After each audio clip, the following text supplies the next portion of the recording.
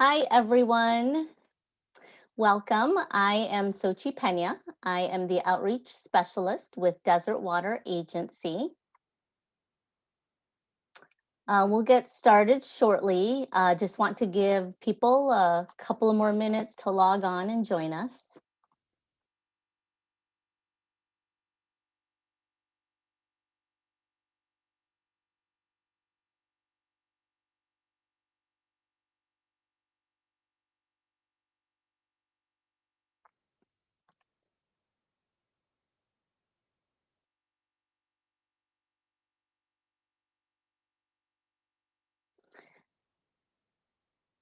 Happy Earth Day, everyone.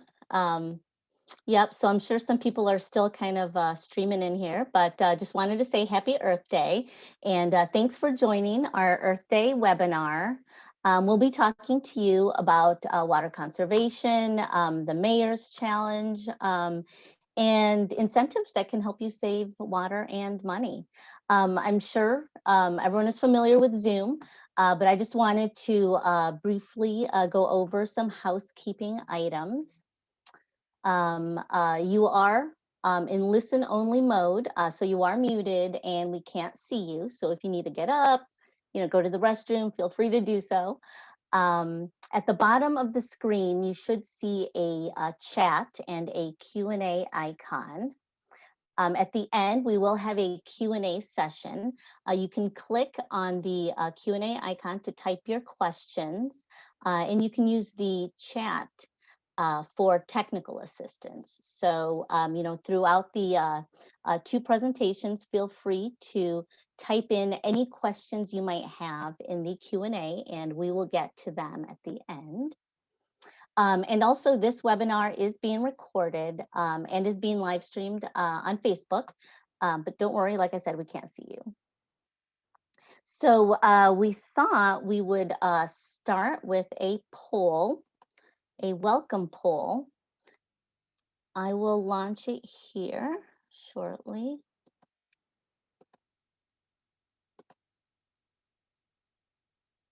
Okay, so you guys should be able to see this welcome poll. If you guys wouldn't mind going ahead and answering these questions, we just like to, find out a little bit more about, who our audience is. And so if you want to go ahead, I'll give you, maybe about 30 more seconds to go ahead and answer that. And just as an FYI, if you are watching this on Facebook, you cannot see the poll. So there's nothing wrong with your screen. Okay, I will go ahead and end the poll and let's share the results. Okay. Let's see, have you attended a DWA workshop in the past? Okay, so quite a number of you have shared or have participated. Well, that's good news. And here we go. What best describes you? Okay, so residents with your own backyard, quite a number there. We have an HOA resident or board member. Okay. Nice mix. And then have you signed up for the Mayor's Challenge for Water Conservation Pledge? Okay. Yay, we had, we do have someone that has signed up. A few, not yet, but they plan to. That's good news. And then we have many more that aren't sure, but they want more information. Well, that's great because, that's what we plan to do. We plan to share information on the Mayor's Challenge. Okay. Well, yeah, so let's get started here. Thank you for doing that. Like I said, we just, like a little more information on who our audience is. So I would like to introduce our first speaker, Patrick Tallarico. He has been the sustainability manager for the city of Palm Springs since 2019. And before that, he spent quite a number of years as a consultant in the Washington, D.C. area. So I will let Patrick take it away. Great. Thank you so much. I appreciate it. And I am going to share my screen. So let me do that.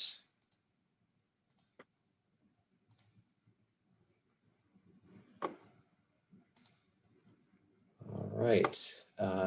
Can you see the screen? Yep. Excellent. Good to go. All right. Well, thank you so much. I appreciate it. And welcome, everybody. Thanks so much for being here on Earth Day. And hopefully we'll give you a little bit of information you can use as after you leave here. So I wanted to talk first about the Mayor's Challenge for Water Conservation. This is a national competition, very friendly competition among cities across the United States. It is hosted by the Weiland Foundation, and the Weiland Foundation was founded by the artist Weiland, who you may have seen a lot of his artwork. He does a lot of whale paintings and sculptures, and so that has led to this foundation that really works to educate people and inform people about water-related issue, especially saving our oceans. So that is the organizer. And it's really important that we think about these things right now. We've seen a lot of talk of drought on our headlines, certainly here in California. And actually just today, the governor declared a drought emergency up in some parts of the state. So really, we're always in a challenging water situation here in the desert. But now, particularly, it looks like things are getting more challenging. And even though we get a lot of our resources, water resources from the Colorado River is one of the most negotiated rivers in the country. And so although we're doing well now, we certainly have the potential to experience a lot of drought situation in the future. So one of the things we can do is take the water pledge. So if you go to mywaterpledge.com, if you've not already taken the survey, it's super easy. There is a little take the pledge button up in the right-hand corner if you guys want to do it right now. You can also do it on a mobile app. So we've got both of those things on here. When you go to click on that take the pledge, you'll be asked to enter your city name. Be sure to enter Palm Springs, California, and not Palm Springs, Florida. We don't want them to get the credit.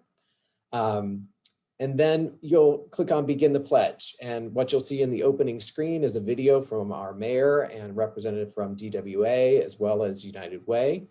And just begin the pledge. And then you'll see these crazy pictures come up. But what we would love for you to do is go through the various questions and fill out, check the boxes for those things that you would like to commit to doing. Some easy things in here, maybe a few harder things in here, but go through and check all the things that you think you can do going forward. And when you get done to the end, it'll ask you for your email address. You can uncheck the box that says send me emails and about other campaigns if you do not want to get that information from the Weiland Foundation. But then be sure to check and fill in United Way of the Desert when it asks you for a charity. So we want to be sure that if we do end up getting some sort of a prize as a result of this competition, that it goes to United Way of the Desert, which we've partnered with for this activity. They also help defray costs for water for residents, low-income residents. So they play an important role in this our water process too. All right, so let me go on. The other thing that we like about this pledge is that it actually shows you almost real time what kind of water savings you can expect if you commit to those certain activities. So it doesn't take a lot to get a lot of water savings because things build on each other, and things that you don't think of may actually result in water savings. So I love this about this particular effort, and you get a roll-up number for the whole community once it's over. So please tell your friends and take action. So this doesn't mean anything unless people actually implement the things that they commit to doing. So please, we encourage you to do that and also tell your friends. I think at the last count, we were about in 40 some place across the country. So we would love to boost our status. So please tell your friends and get the word out about that. So one of the things that you can do to save a lot of water at your home or your business or even your HOA is to check on your irrigation system. And so something new that we're starting this year is Sprinkler Check Week. So to get people thinking about their irrigation systems at least once a year, and if not twice a year, we're going to probably do this in the fall as well when people shift over from the summer months into the winter months. But it's a great way for you to save money as well as save water. And you know, the signs are all around us in terms of irrigation problems. We all see water running into the streets, covering sidewalks. This is a great example, and it reminds us that water, the wasting water is not just a water issue, but it's also an infrastructure issue. So when people repeatedly spray water into the gutters and onto the streets and sidewalks, our infrastructure deteriorates. So it's really important that we stay on top of these things and try to do what we can whenever we see those problems arise. This is another example of ruts that emerge whenever you have a broken sprinkler or are overwatering in a particular place and that water is just basically running off. So it creates these channels. And so these are a good indicator actually of problems with your sprinkler heads too. So you can see that this one on the right, the sprinkler head is broken, which is why they're getting a lot of water that's flowing. So those are important things to pay attention to. And then also if you have grass, if there's a lot of moss growing in that grass or standing water, then that's a problem too. It's a sign of overwatering and wasting a lot of money and water. So we're asking people to check their irrigation system and make adjustments. So adjust sprinkler head direction, timing, flow, check your system to make sure it's coming on and off at the right times. Make repairs where needed. So as you see problems, work with your gardener to fix them and make replacements if you can. So there are a lot more efficient sprinkler heads and bubblers and other sorts of mechanisms that will allow you to save water if you want to replace some of your nozzles and sprinkler heads. And we'll talk a little bit more about that as we talk about the incentives as well. I just wanted to pause here and share a little bit of my own experience because this is a process, right? So we call it Sprinkler Check Week, but really people should be paying attention to this all year long. And the act of just checking your sprinkler during this next week is great, is a great start. And it gives you the platform to talk to your gardener and maybe some other professionals about what you can do to reduce that water use. We moved into a house at the end of last year, and it has been a process in terms of trying to figure out the irrigation system, figure out the timing. We were started by replacing a lot of the plantings, so we kind of remapped the yard. And that changes everything, right? So every time you change a planting, you need to think about what goes in its place and how the sprinkler system needs to be adjusted and irrigation needs to be adjusted. And we're not there yet. So we've been working at this for a while. We replaced various heads at various times. And now we're going to seek professional help. So I feel like we've done what we can do. And we really want to get somebody in there who really knows about the newer models and how to place them and how to adjust them so that we can get the ideal amount of water in our yard. So that's something to just keep in mind. And if you do take action, there are a few opportunities for you to get assistance. So DWA has rebate programs for turf conversion as well as new nozzles. And the city is actually sponsoring some scholarships for businesses. So some businesses have approached us, or HOAs actually have approached us about replacing their sprinkler system. And I'm sorry, I'm somehow on an automatic feed here. So let me just halt here. But what we wanted to make sure that you were aware of is that The business scholarships are available to HOAs as well. So if you're in an HOA and you want to take advantage of that, just reach out to us and let us know, because we can help fund some of these replacements or changes that you want to make, to the extent that DWA's incentives don't quite meet your need.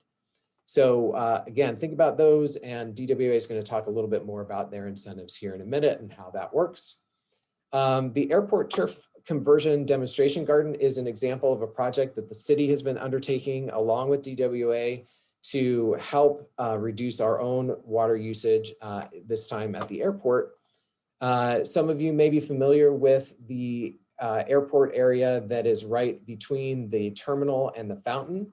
Currently, it's got a lot of grass and annuals, and so our plan is to convert all of that to desertscape and drought-tolerant plants, and as well as potentially some public art space. So this is what the new area will look like. And so our goal there is to not only try to save some water and save some money for the airport, but also to give people some ideas and information about plantings that they can use in their own yards, that may work for them and maybe a little bit different than some of the other things that they've seen. So we're trying to get a diverse array of plants, as well as some of the standard things that you see that people may not be too familiar with in terms of what they are or how to get them. So that's just one example of some of the things that we're doing. And I wanted to just mention that we do a lot of our work through the Sustainability Commission. And the goal of that commission is to basically help the city adapt and implement policies that save natural resources, including water, energy, and other things. And so we have 11 members on the commission, and we are going to have one opening starting in June and 3 openings next year. So if you want to think about that and tune in and see if it's something that you might be interested in participating in, feel free to do that. And we cover a variety of topics, including water conservation, energy conservation, and other things. We're also looking at night sky issues here moving forward. So a lot of things going on that front. And certainly water is going to be a priority for us, especially as we enter into the drought situation that we think that we're facing. So that's all I have for you at the moment. Thank you, Patrick. Appreciate that. Lots of good info. And again, if anyone has any questions for Patrick, please put those in the Q&A and we will get those answered at the end. So let's move on to our next speaker, Ashley Metzger. I'm real happy to introduce her. She's been the Outreach and Conservation Manager at Desert Water Agency for 5 years. Hello, Sochi. Thanks for the introduction. And thank you, Patrick, too, for such great information. Really excited to be here with everyone on Earth Day, talking about ways we can make that pledge actionable. So it's one thing to do the pledge on your phone or computer and then feel good, but it's an even better feeling when you've actually made those savings come true. So Desert Water Agency has a variety of programs. We want to make it really easy for people. So we'll roll into that now. So incentives are available now during the pandemic. We didn't put a halt on that budget. We thought it was important to continue. We've still been going out and doing field inspections as necessary. Granted, we're wearing masks and keeping our distance. Anyone within the Desert Water Agency boundary can apply, and you don't need your account number when doing so. Again, we wanted to make it easy. So this year, so far, these are what we've done. For residential folks, we've removed over 100,000 square feet of grass and spent $216,000. This is the first year in a long time that more people have gotten money through residential programs than HOAs. HOAs are down this year. We only got 106,000 square feet removed, My thought is that maybe the pandemic and folks from out of state or out of country not being here affected their ability or desire to invest in these types of projects. So if you're with an HOA or know an HOA that is on the fence about a project like this, please let us know. We're keeping our funding levels high for this coming year because of the looming drought and our expectation that we will get more participation. But if we continue to get low participation, the budget will probably end up getting cut. And that's not a great thing for later folks who want to come in and do big projects. We've done a handful of smart irrigation controllers, a handful of nozzles, and our washing machine program has been very popular this year too. So with grass removal, the way that it works is there's $2 per square foot, and it's basically for any grass area. And for government projects, hint, hint, Patrick, we're trying to sweeten the pot a little bit, make it $3 per square foot. So that's, if you think about maybe there's an area around the perimeter of a park near the sidewalk that they could remove a little bit of grass so that it doesn't spray the sidewalk. Those areas, certainly maybe some areas around City Hall or that airport demonstration garden will hopefully get some of this funding next year too. So that's the financial side of it. And next slide, please. So it's an incentive, not a reward. Unfortunately, if you went in and removed your grass a couple years ago or even a month ago, and you didn't let us know ahead of time, we're not able to help you. As much as we would love to, we can't. We're working with grant funding here, and there are some significant constraints on our end in terms of documentation. We have to have site visit notes and photos. So the grass must be in place. That's why I'm in the grass today, my background here. You have to have the grass in place when you apply. And it can be dead, so you can stop watering the grass. That's no problem. Or dormant, again, no problem, but it can't be dirt. And, we all know what that looks like. So if it's just dirt or dirt and weeds, that's not going to work for our program. Artificial turf is okay. When we first started this program back in 2014, we did not allow artificial turf. Now we do. We see a lot of people taking advantage of that, especially in backyards, or doing a combination of some artificial turf and some desert landscaping. So we ask folks to submit their square footage, and it can be a rough estimate. We do come out and measure it ourselves. You do have to have some sort of plant life or artificial turf. If you're doing just a patio, a strip of synthetic turf or a little strip planter area would be required, unless the project is really narrow. So there are some areas along sidewalks and such that doesn't make sense. And we're pretty flexible in working with people. We just don't want to see projects that are just all gravel or all concrete.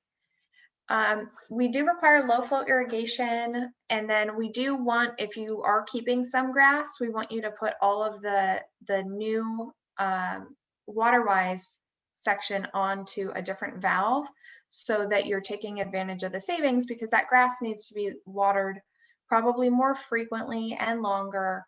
So it only makes sense to have it on a separate valve. And then you will have to submit before and after photos, and then a W-9. Unfortunately, these incentives, while not considered as taxable income by the state of California, the IRS does consider the incentive we provide you to be taxable income. We're working with our senators and congressmen on this, but we've been doing that for the past 5 years that I've been at Desert Water Agency, and unfortunately haven't brought that to the finish line yet, but we push it every time we meet with them. So hopefully soon that won't be an issue. So one of the common most reasons people fail their inspections for these programs is the irrigation. They will keep a sprinkler to water a bush, or they'll use some of these adjustable bubblers that you see on the left or the right. We call them mushroom bubblers. They let out quite a bit of water.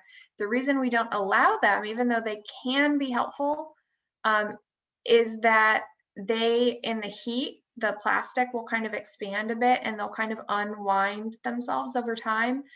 And Also, maybe in the summer you'll crank it open, and then when it comes fall and winter time to water less, you might not dial it back down to water less. So those aren't permitted. There are some really handy ones that are 0.25 gallons per minute that work just fine, and anything drip is also acceptable. So the timeline, you get 90 days to complete your project if it's for a single family home, or 180 days if you're a business or HOA. You can request an extension. We'll usually work with you as long as we can see the project's moving forward. They're not guaranteed. And again, it's kind of subject to the circumstances at the time. If we have a huge queue of people that want funding and we have no funding left, we're probably less inclined to grant an extension. And then it takes about 45 to 60 days to get your check in the mail after we come out and verify that your project's complete. Smart controllers. These are really nifty devices. I like to compare them to like a Nest or a smart thermostat for inside. This is kind of the equivalent for outside. So you can use your cell phone to modify your watering schedule. But most importantly, there's Wi-Fi weather data being transmitted to these devices that say, hey, today's especially hot, water a little bit more, or hey, it's a little cooler than normal, water a little bit less. So they're tailored to the actual weather conditions, which is great.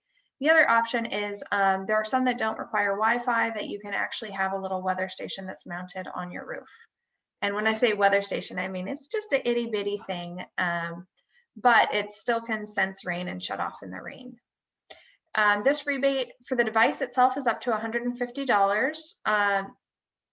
Those devices typically cost, there are many that cost less than $150. There are some like the Ratio you see on your screen. The newer models do cost more than $150, so you would have to spend a little bit of money out of pocket. But we do also pay up to $100 for professional install. So many times people end up getting these for free. For commercial rebates, devices up to $2,500, the first $2,500 we'll pay 100% of, and then we'll go all the way up to $10,000 and we'll pay a portion of those additional costs too. And professional install up to $750. Nozzles. So as Patrick mentioned, it is sprinkler check week. And sometimes it's not just a matter of making sure your sprinklers are spraying the right way, but you may want to consider upgrading to more efficient nozzles. These nozzles put water out more slowly and precisely, and the soil's able to absorb the water a little bit better than a traditional spray, which can also be more easily carried away by the wind. This incentive is $5 per nozzle plus $2 per nozzle for installation. So up to $700 for residential. Commercials up to $7,000 unless you can demonstrate that you have an especially large area, and then we'll give you even more than that. And it's a formula we have based on square footage. So here are some pictures of the eligible nozzles, and then also those non-adjustable bubblers. And here's a good tip. So let's say you are removing your grass and putting in desert landscaping and you have some trees and shrubs. You can also apply for the nozzle program and do the nozzle program and the grass removal program and even the smart irrigation controller program all at the same time and do like a whole yard retrofit. And then this is our indoor option. You know, if you don't have a yard, maybe you live at an HOA and the outdoor area is, you know, common area. You can still save indoors. Energy Star washing machines use less water, so we've rebated those with $250. The idea with that is when you go to the store, the difference between a standard model and an Energy Star model is about $250. So we tried to bridge the gap for people so that it was easier for them to choose the more efficient model. So not only are they going to be getting a better device, but they will be saving water every month. And with the rebate, they'll be paying about the same price at the beginning. We do have a program for businesses to swap out toilets. We used to have this program for residents, but we ended it because unlike the washers where you can go to the store and there's a less efficient model and a more efficient model, you know, with the toilets, they're all efficient at this point. If you go to Home Depot or Lowe's or Amazon, it's very difficult to find a toilet that's more than 1.28 gallons per flush. And that's because of some of California's requirements.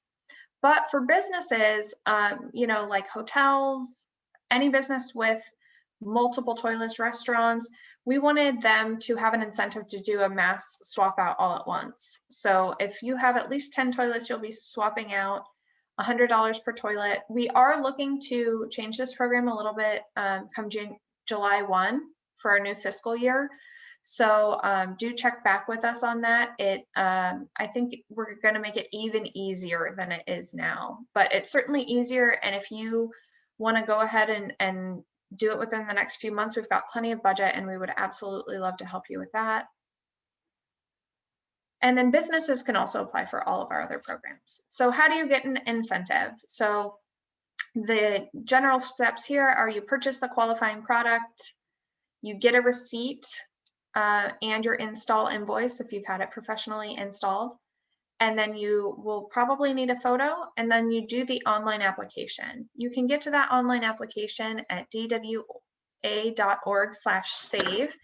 And I'm going to go ahead and type that in the chat right now so that you all have access to it. And then I'll show you the sequence of what it looks like when you get there. So this is our rebates page. Right now it has a little button in the corner if you want to do the mayor's pledge. So that's one way if you just want to go there to get to the mayor's pledge too. You can kill two birds with one stone. And then you click on which incentive you're interested in. And the good thing is that if you're interested in more than one, through the process, it will allow you to only enter your information once and then add different rebates to your personal information. So this is just an example. We went with the smart controllers here. It gives you the background information. You have access to the terms and conditions. You can download a paper application if necessary. The online version is super easy and we're able to process those really quickly. There's an eligible smart controller guide. So if you're not sure which device to use, you can click on that and it will show you some of the eligible models. And then you just click that green start application button. And once you do that, you'll get a little pop-up notification saying, hey, before you get going here, these are things you're going to need: a receipt, a photo, and or an installation invoice. The installation invoice isn't necessary because some people install these things themselves. So if you don't have that, don't worry. But if you did have it installed and you paid to have it installed, please do include that so we can give you the funding for that. And then if you're ready, you have all those things together, you hit the green I'm ready, let's go button. And then you are on your application. You go ahead and enter the property type, name, all the basic logistical information, and then you hit next. Very easy here. You just add the equipment in. We have different manufacturers listed in there, how much you paid for it, upload your receipt, hit next. And you can either submit your application or add another device. So with a smart irrigation controller, maybe you have a little weather sensor to go with it, or a soil moisture meter. You know, you can add those onto your application. Maybe you got one controller for your front yard and one for your backyard. While we won't give you two separate $150 incentives, if they were each $100, you will get $150 back for the $200 worth of controllers you purchased. So if you didn't have anything else to add, you would hit that green submit application button and then wait for approval. And it shows you down at the bottom a check mark there. You've applied for a smart controller and it allows you to apply for the other incentives at that time. And we're pretty quick at getting back to you. If for some reason your photo didn't come through, or if we need an updated receipt with more detail, we do want itemized receipts. So we don't like just like a screenshot of, you know, I spent $200 at Home Depot. That's not sufficient for the grant documentation purposes that we need.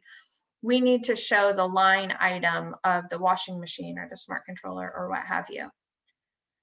And then I wanted to talk to you all about all of our incentives. We do track the incentives just to better understand trends and, who's participating and maybe to better change the program in the future. And we this past year partnered with Patrick at the city to look at these incentives by neighborhood.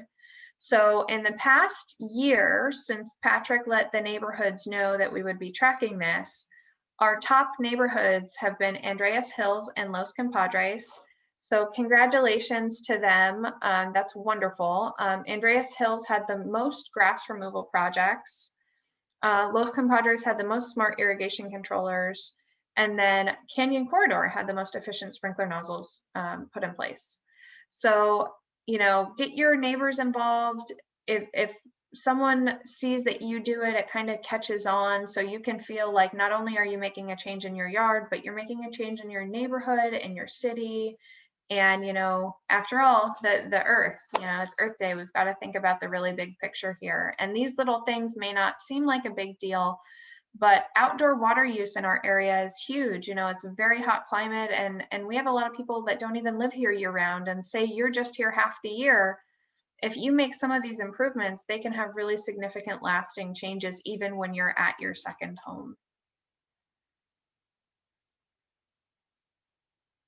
And I think that's the end of my presentation. And thank you guys very much.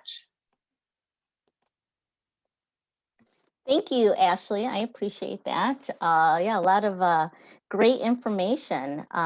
Yeah, so at this point, we will do the Q&A. So if anyone has any questions for Patrick or Ashley, please enter them into the Q&A, and we'll get Patrick up here and Ashley,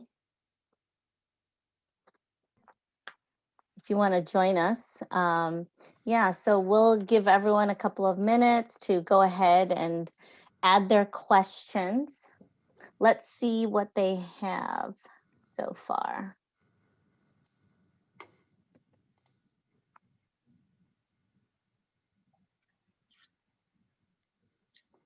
Just 1 second. So there was one question I think I could answer. Someone asked about top neighborhoods we shared. Those happen to be very affluent neighborhoods in Palm Springs. And Palm Springs generally is very affluent. We do work hard to target all of the neighborhoods and give everyone access to these programs. And we certainly do have incentives occurring in these other neighborhoods. But perhaps this past year during a pandemic, the less affluent neighborhoods did not have as much of a capacity to participate, which is unfortunate. But the funding is there for these folks. And in addition to having the funding for our incentives, I want to make sure people know, and I'll put it in the chat as well, that there is financial assistance available for folks that are in a bad position because of COVID-19. Maybe they've lost a job. If maybe they're just low income residents. We have a customer assistance program that I personally contribute to. Many of our employees and vendors contribute to. The agency actually puts non-rate revenue from late fees that we collect into this fund. And it's managed by United Way of the Desert. So we're always thinking about trying to work with our less affluent neighbors. And if you have any suggestions on that, we would be more than happy to take them. Okay, thank you, Ashley. Here is another question. Can I get a DWA rebate if I am a renter? Yes, you can. Perfect. That's an easy one. And then here, this one is for Patrick. How often and when does the Sustainability Commission meet? So the commission meets monthly, the third Tuesday of every month at 5:30. We've certainly been meeting virtually to date, and so maybe this fall we'll get back to in-person meetings. But yeah, once a month, third Tuesday of every month. We welcome the public to attend those meetings as well. We'd love to hear from people about what their priorities and interests are as well. I've attended a few of those meetings and they're really fascinating. I would encourage anyone who is interested, anyone who is here today has some interest, right? It's Earth Day and you're taking the time out of your day to be here. It's well worth it to learn about what the city is doing. They're doing some really incredible things with Patrick at the helm. And here's another question, Ashley. How long does it take to get a rebate? It doesn't hurt to, talk about that again. Sure, yeah. So generally speaking, once you apply, it takes, if it's a device that you've already purchased, it usually only takes about a week for us to process. And then it takes about a month and a half after that for you to get your check. So generally 2 months time, you'll have your money back. Yeah, I do get calls on that a lot. People wondering, when they will get their check, but yes. And let's see what else. Okay. So I see one in the chat box about kind of typical water usage for a house. I think that's an interesting question. This is a lot of this is individual. So you really got to look at your property and look at what's possible for your property. And so, Ashley, I know that we get every month in our billing statement, a statement that says, here's where you are and here's where a standard other house is. So can you just maybe explain a little bit about how you get that kind of other standard house?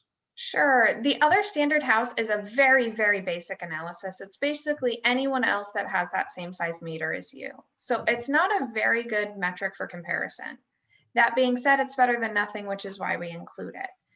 We are working to get more detailed budget information per property, but our rates aren't based on budgets and they can be very complicated and require a lot of staffing. So we don't have that in place, but if you're interested and you call me, I have a pretty nifty tool. We're a member of the California Data Collaborative, and they actually have provided us with a parcel by parcel analysis of what should be efficient for that parcel based on the parcel size, the footprint of the home, the outdoor area. So I can look at your property and tell you, okay, it looks like you are using more than you should by this metric, or less than you should. So you're in a good place. So I'm more than happy to do that for anybody who gives me a call. I'll throw my number here in the chat so that you've got it. And it's certainly pretty easy to find on our website too.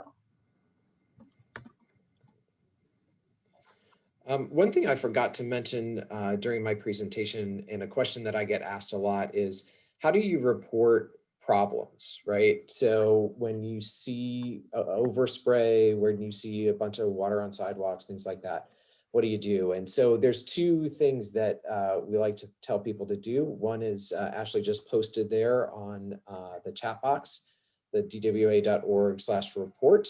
And then there's another phone number there for more emergency type situations.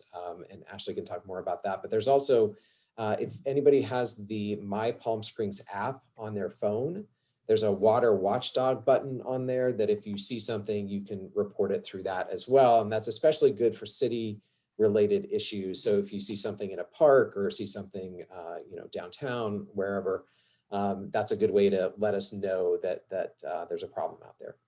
Yes, in the city, Stacy Schaefer, who does all of the facilities with irrigation and everything, she is wonderful at communicating with me. If someone reports something to the city that's really supposed to be, for us to follow up with a customer, and vice versa. We get a lot of reports that are really actually like in a median or city property, and we work with them very closely, and they're very good at getting on top of things and getting things fixed quickly. I see another chat question coming through here. Washing your car at home versus the car wash.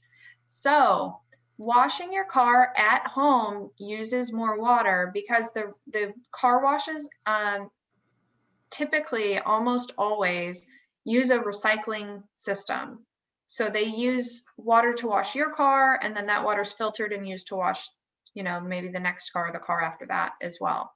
So those car washes are great. And I'm going to share with you, I know I'm using the chat almost excessively here, but we have a coupon page, and there's actually some coupons on there for car washes that use recycled water. Some of the partners unfortunately dropped off in the past year because their locations have closed, but other ones are still around, which is great.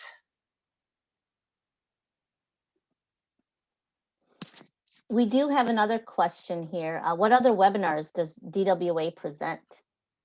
Sochi, I think you can answer that one. Yeah, so we, every month, I guess we're going on a year now. We've just been presenting different webinars on a variety of subjects, incentives. We had one last month on pollinator gardens. Later I was going to say in a little bit, we'll be sharing our next month's webinar. But we've also shared, pipeline projects, landscaping, how to, be water savvy, leak detection inside and outside your home. So really just a variety of subjects that can, really be beneficial for, our customers in learning how to conserve water, and, a lot of gardening ones too, which are always popular. Yeah, and I just threw the link dwa.org/virtual in the chat. So if this is your first webinar with us, or maybe even just your second, and you want to go back and look at some of the past topics, all of the recordings of those webinars are also kept at dwa.org/virtual. So you can see what we've been up to, click any of the topics that interest you. And certainly if you have a suggestion for a future topic, feel free to email us. We'd love to hear your ideas because we want to be sharing topics that are of interest to you. And you can even put those ideas in the chat now. If you have an idea for a webinar, we'd love to hear it. Yeah, that'd be great. Yeah, and then we also post them on our YouTube page, so you can always find them there as well. And Sochi, I wanted to follow up on one thing you mentioned about leak detection. One of our commission members recently installed a leak detection system in his for his water system, and he said it really, really was helpful and has really been saving him money. So can you say a little bit more about what that is and how that works? And are we talking about flume? Yeah, I think. Oh, okay. Yeah. Ashley, why don't you go ahead and, yeah. Sure. I've been the point person talking to our friends over at Flume. So there are many devices out there, and we had a whole webinar on it, so I encourage you to watch that. But in brief, there's one device that is called a Flume that you can strap onto your water meter, and it has an app with your phone, and it basically gives you real-time water usage. So if you flush the toilet, it'll show you a little spike that went up for the toilet flushing. If you take a shower, it shows you, your 5 minutes in the shower. It can be really helpful, and they have offered a coupon. So if you go to that coupons page that I put in the chat, I think it's about $50 off that they offer. And there are other devices, but the Flume, from what we've seen, seems to be the easiest to install. It's literally just a big, thick rubber band that you put around your water meter. The other devices have some great features too, but you have to have a plumber install them. But the upside to that is that they can actually, if they sense a leak, they can shut your water off. So there are lots of pros and cons about the leak detection devices. Again, if you're curious about that, call me, email me. It's something that I'm just fascinated by. And I think 10 years from now, it might be something that are on all water meters. But, for now, if you're interested, it's definitely a great way to keep a pulse on your water use at your home and any possible leaks, and also to really better understand your water footprint. Maybe you're assuming that the most water use in your house is when you wash clothes, but maybe it turns out you're using way more in your yard, which many people are. So.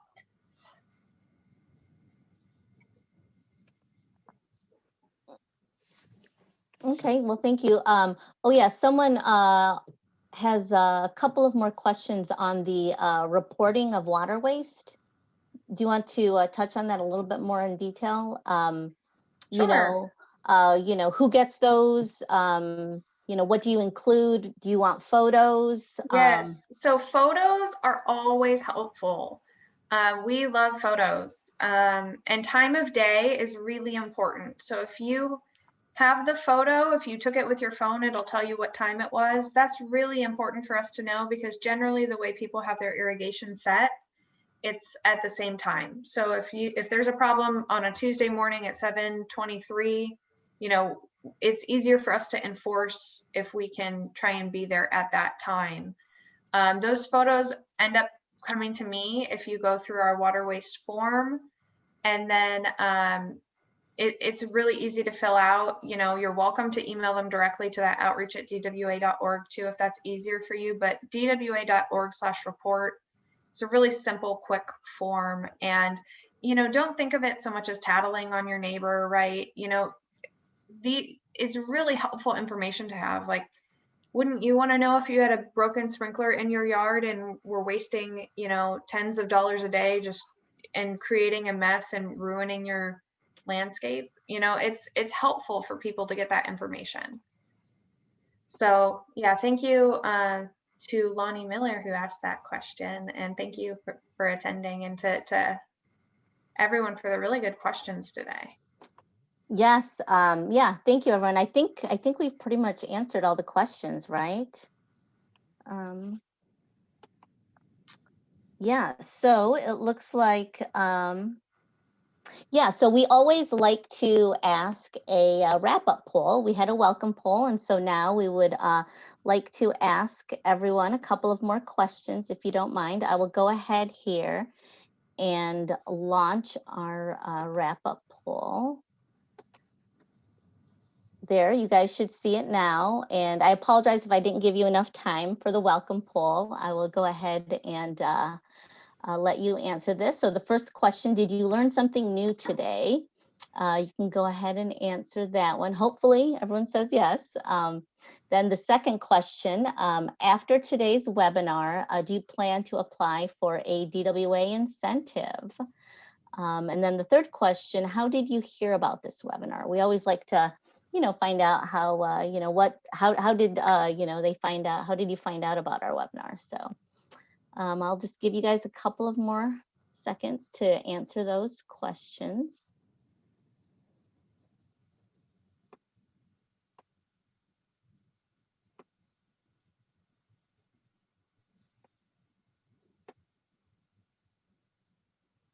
Okie doke.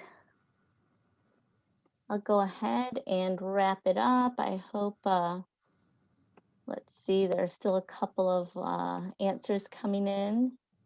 Give you a couple more seconds.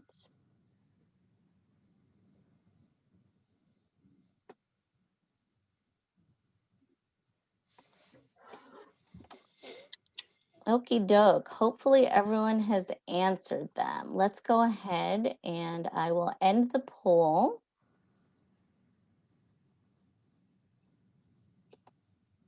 And let's share the results here. So, okay. Well, yes, I'm happy to see that folks learned a lot.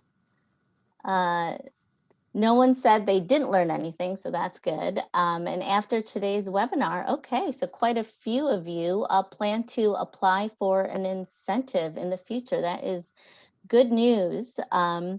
And okay, and a lot of people learned about this webinar via email and social media. That's great.